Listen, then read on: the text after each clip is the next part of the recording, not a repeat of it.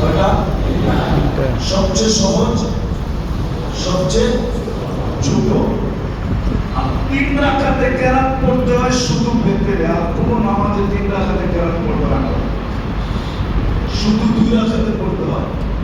আপনি বলবেন সুন্নতে মুআক্কাদা 4 রাকাত না, ওইখানে 2 রাকাত পড়ছেন complete. Sofa as-salatu masna masna 2 রাকাতে কমপ্লিট হয়ে গেছে।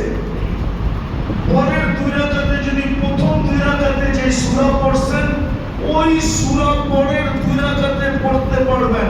কোন মুফতি আপনার উপরে ফতোয়া যদি দেয় তাহলে ওকে আবার মুফতি পড়ার জন্য পাঠিয়ে দিবেন, আপনাদের খরচ দিয়ে। as-salatu masna masna 3টা সূরা সহজ করছেন, ছোট করছেন, যেন বন্ধুর উম্মত 3 সূরা দিয়ে জিন্দেগি পার করে হয়। সুবহানাল্লাহ। ওয়াল আসরি ইন্নাল ইনসানা আতাইনাকাল কাউসার।